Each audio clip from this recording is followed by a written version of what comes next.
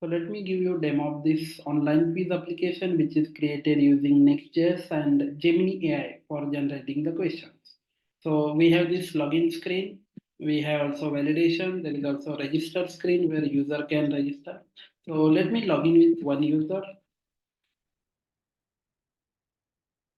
and click on login. You can see logging in. Now we are logged in. So once logged in, you have three different categories. Which categories? React, JavaScript or CSS to choose from which you want to generate the quiz. So let's say I want to generate quiz for React. And now you have different rules. So you have 30 seconds to answer each question.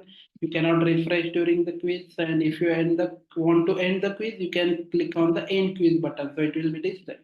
Now, once you select your answer, you cannot change it. And if you want to skip any of the question, you can press the skip button. You also have 30 seconds to answer. So there will be a timer. So you will have progress bar shown. Then we can also select the number of questions. So let's say I want to generate 10 questions, and the difficulty level you can choose from beginner, intermediate or advanced. So let me click on the beginner. Now you can click on the start quiz button and the Gemini AI will generate all these questions. So all the questions are random questions generated by the AI. So let me click on this start quiz button. You can see now you see React with a 10 questions. So what is React? React is a JavaScript library for building user interface. So you can see once you select, it will be displayed in the green color background, and you can see that progress is also stopped. So I can now go to the next question by clicking on the next button. Now, what is JSX? So it's a syntax extension for JavaScript. So I will select the second option, click on next. What is component in React? Function manages state a piece of reusable code. So I can select that. Next, how do you pass data to React component? So let's say I want to skip this question. So I can click on this skip button. Let's say I want to skip this also. So we have skipped this question. How do you update state in functional component using set state? So using the set state method. So you can see there is a error now. So using the setter function provided by useState and using the setState method. So if your answer is correct, it will be displayed in green background. If it's wrong, you will also see the correct answer as well as the wrong answer. So let's say now I am done with the quiz. I don't want to continue. So you can see timer is stopped now. And let's say I don't want to continue the next question. I want to end the quiz right now. So I can click on the end quiz and you can see all the questions that you have answered as well as skipped. So you can see the preview. So you have answered 3 out of 6 questions and your score is 50%.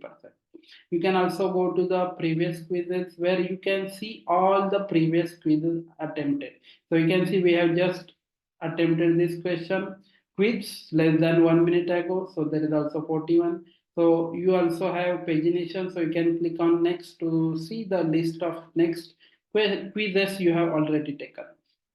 So let's say this was this was 10 days ago. I want to see what was the questions that were asked in that particular quiz. So I can click on that and you will see all the questions that were asked, what are the answers and questions, what is the result that you got from that previous quiz.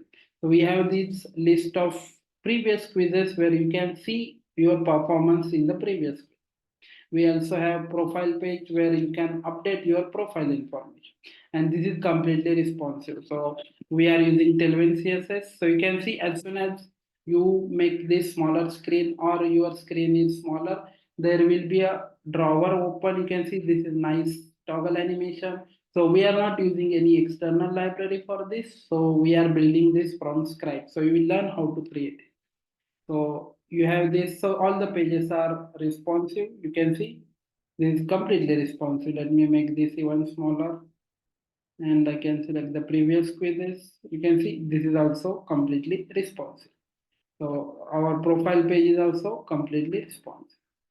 So this is the application that you will learn how to create using Next.js, Gemini AI. We are using 𝗷𝗀 for validation, and you will learn everything how to build it from scratch. We are using Next.js, and then we are using ExpressJS and MongoDB for handling the database and the backend functionality.